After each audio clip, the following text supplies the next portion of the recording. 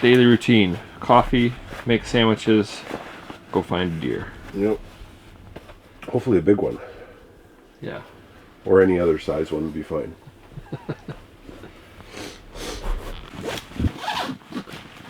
We started this whole thing sort of to have something as a baseline for a business model that was giving back to a lifestyle and livelihood that both Sam and I shared.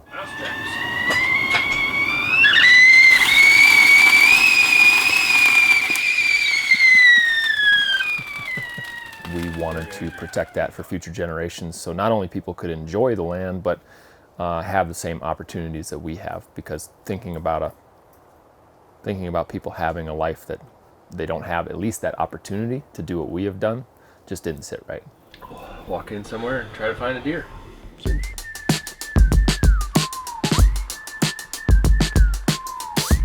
Growing up, I got into hunting because my family hunted. So my dad hunted, obviously my older brother hunted because my dad hunted, and I hunted because both of them hunted. We were just always kind of three of us rolling around in an old Ford Bronco chasing something. I know it was more just about spending time with each other than ever the goal of taking an animal. And then a lot of that was thanks to, Dad laying the groundwork.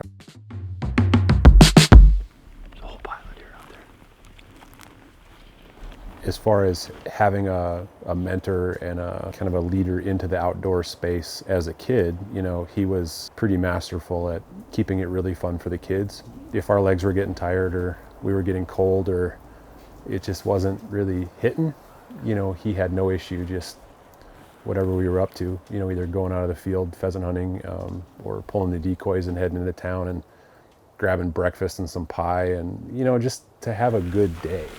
I'll go. We're too late. We really got obsessed with duck hunting, later in kind of my mid-teen years, and kind of from his onset as a hunter was mostly the duck and goose scene. It took a little while for us to be able to just go on our own. Typically it was with our dad, but like when Josh was in high school, I was able to go with him all the time. And so for he and I, we did a ton of that together. Initially, that was our main activity as brothers when we were both old enough to kind of go together and have experiences together that were like that. It was all around waterfowl. And then it would get us, we'd be able to look down at least that next drainage, but it also gets us into the clay. You don't really remember much about time prior to hunting with my dad and brother. I mean, that's always been a part of our lifestyle. Got it. Quick draw. I went off to college out west. Sam went to NDSU. When college and education came around, basically I didn't have a whole lot of priority in where that was. I just wanted to be able to hunt elk from wherever that was. Growing up being so passionate about hunting, it led me to want to do something within the hunting space, and for a long time had thought about, trying to do something with a hunting show or whatever, and that's what it originally led to, was an internship with a hunting show, towards the end of college. Within a week of being there, I was up with a new buddy that we became very good friends and eventual business partners. Josh Soholt here with Gannett Ridge Hunting Equipment, talking to you today about the new Prime Centergy. It was a really cool business.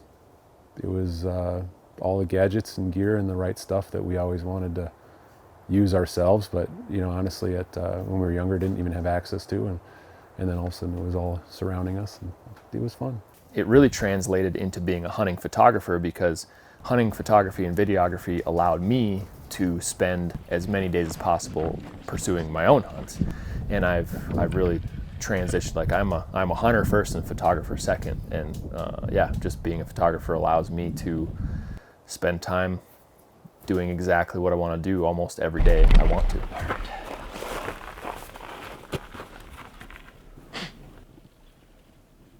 Way better than I remember from yesterday. So basically, happiness is what that is. 45-minute creep into position from the top of the ridge line, and then just double that for fun. 2 hours. Yep. on approach. And so he ended up moving up to Montana and taking a sales rep job and bouncing around a couple different things before he kind of settled into his freelance photography and videography world, where I ran Gannett Ridge for, Tyler and I ran Gannett Ridge for the better part of 10 years. I'd been a photographer for quite a while. I had reached a lot of the goals that I wanted to hit with photography, and I'm always looking for like the next big project, the next thing that I can grow into. It all, that whole mindset hit all at the same time that Congress was looking at passing land transfer legislation, which is basically a fast track for public lands becoming privatized or being sold off or being, given away.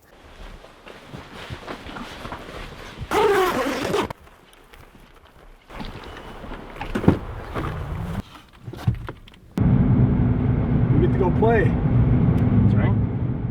Everything that I had kind of wrapped into my identity and profession and passion in life, my whole world, in essence, was in jeopardy of changing forever. Like, it's a very small handful of times I've ever been here. Yeah. It's cool. You need to appreciate that. There's almost one variable that isn't right. Either the wind's right and everything, and then they bed in a location you can only get to 200 yards from, or something, or they bed in the right spot and the wind's wrong. This is just already this is an amazing experience. Since that expense would go up, most people would not continue. When I was running an outdoor retail store, it was really important that there were a bunch of hunters on the scene, and people that wanted to, and public land was the main way that all of these folks experienced it. So for that to go away would have been, in a nutshell, the end for sure. With that happening fall of 2016 and this idea to do something bigger, really it was just meshed together all at the right time to launch into the conservation side of things and really raise awareness about public land issues and raise money for conservation and give back to protect all of these places that we hold so dearly. What we really needed was more people to get involved. My ultimate goal would be to get enough people talking about it, enough more people talking about it, that we can actually speak up and make our voices heard.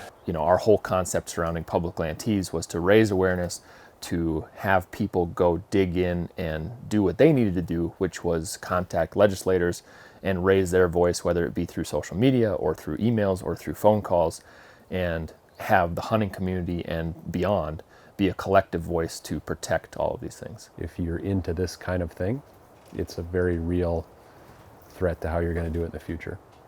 This is going to be the, kind of the inaugural video where it's talking about what I'm actually doing. Up until this point, it's just been some kid building a bus. And the school bus was literally a billboard to raise awareness. What better vehicle than a 40-foot rolling piece of metal that says public land bus on the side. Like, why'd you pick a bus and not a camper?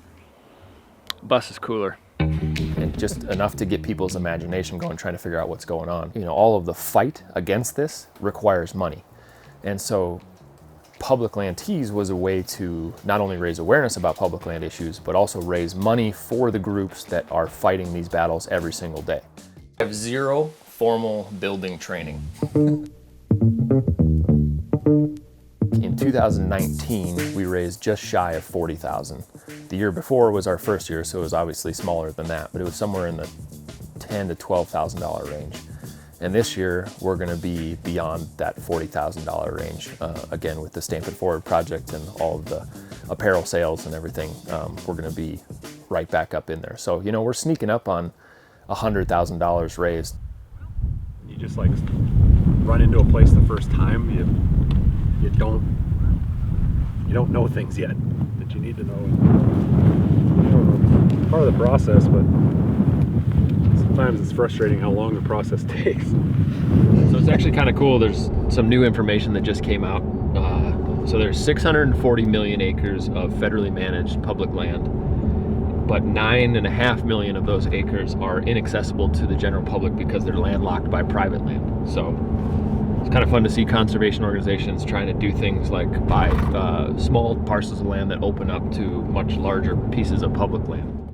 A couple projects that are particularly special to us, kind of aiding in some funding for a chunk of ground in Montana that opened up 26,000 acres of public hunting in the Fall River project. That was a Rocky Mountain Elk Foundation monster. Donated $1,000 to the South Dakota chapter BHA, which paid for a 1 year of a lease of a 10-year lease that opened up 6,000 acres of public land.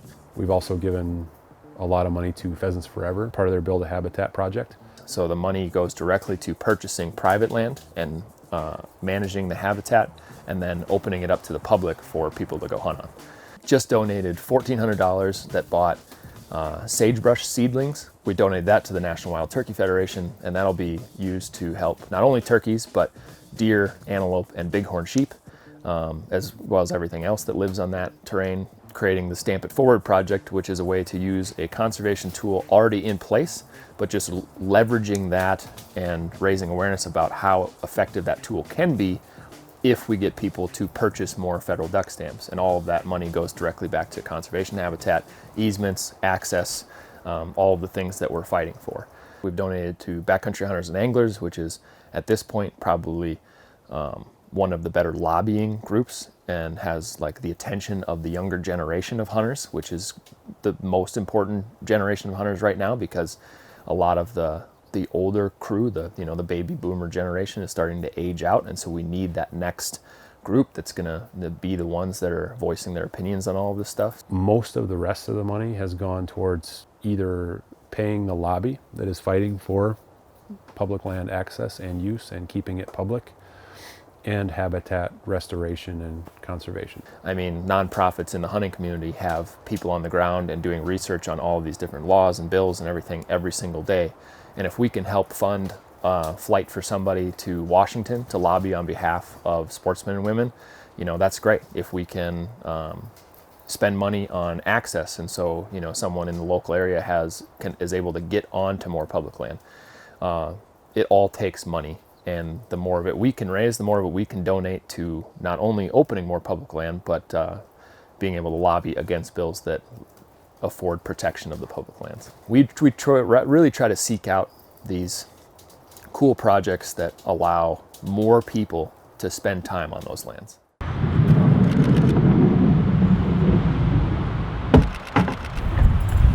Sean, it's not only sea turtles that are affected by plastic bags. Yeah, tumbleweed has affected us too. Also a major victim. It's just been, really 3.5 years of just little building blocks of all of these different things getting to the point where we are now. And so every time that we, call our followers to action, they perform. And they are like in the fight, ready to go, waiting for the next piece of information that we put out there. Between us and some other organizations, we actually moved the needle, which is a real point of pride. Sportsmen and women spoke up along with the outdoor crowd and rallies and everything, and got a lot of that shut down. It was public outcry, and everybody went, and a lot of that was our vehicle, our message.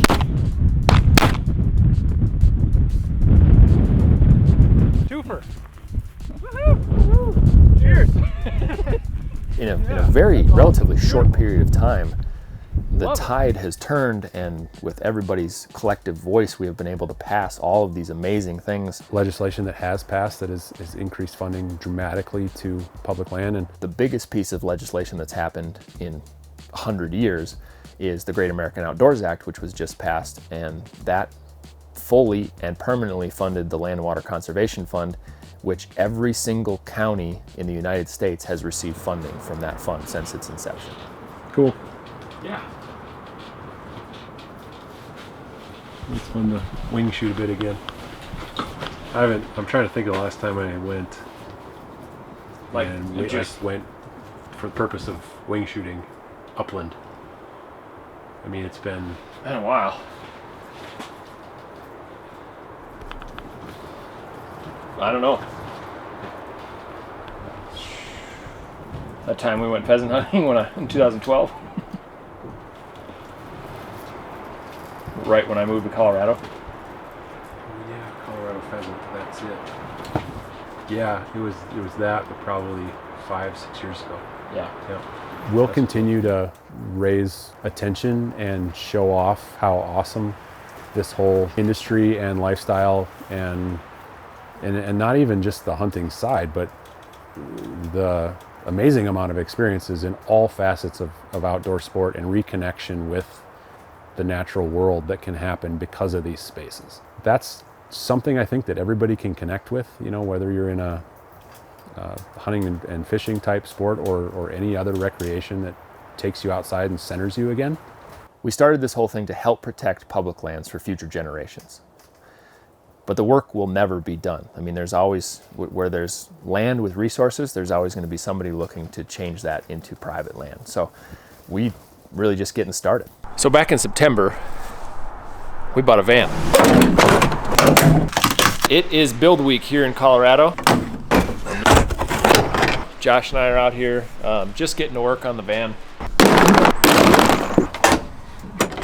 To another day working on the public land van. I guess at the end of the day, I get to work in an area I'm passionate about, fight towards something I believe in, and experience some of the coolest places in the United States with my brother. I mean, in some of the coolest vehicles for the task that we can come up with through our heads. I mean, it's baseline awesome. This is the awesome weapon slide out. Yeah. I mean, it really is pretty Yeah. cool. And I think something that is really special. And ups and downs, highs and lows, we always come back together. And it's always been a good thing. It just seems to work. So, yeah, it's what you dream of, really.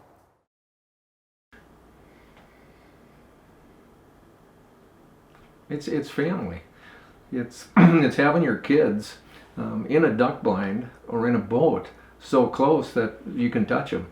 And after an hour or two, everybody starts talking. They can be having a tough week at school, or something can be bothering them. But after some time, sitting in a boat fishing, or sitting in the duck boat, or sitting in the duck blind, pretty soon everybody's going to start telling the stories, and everybody's going to start talking, and everybody's going to share kind of what's going on in their life. So it was much more than shooting at duck or shooting a pheasant or shooting a deer. It had everything to do with family and communication and love among the family. Oh, I'll pull out of Choke me up there, champ. Sorry about that. Jeez, man.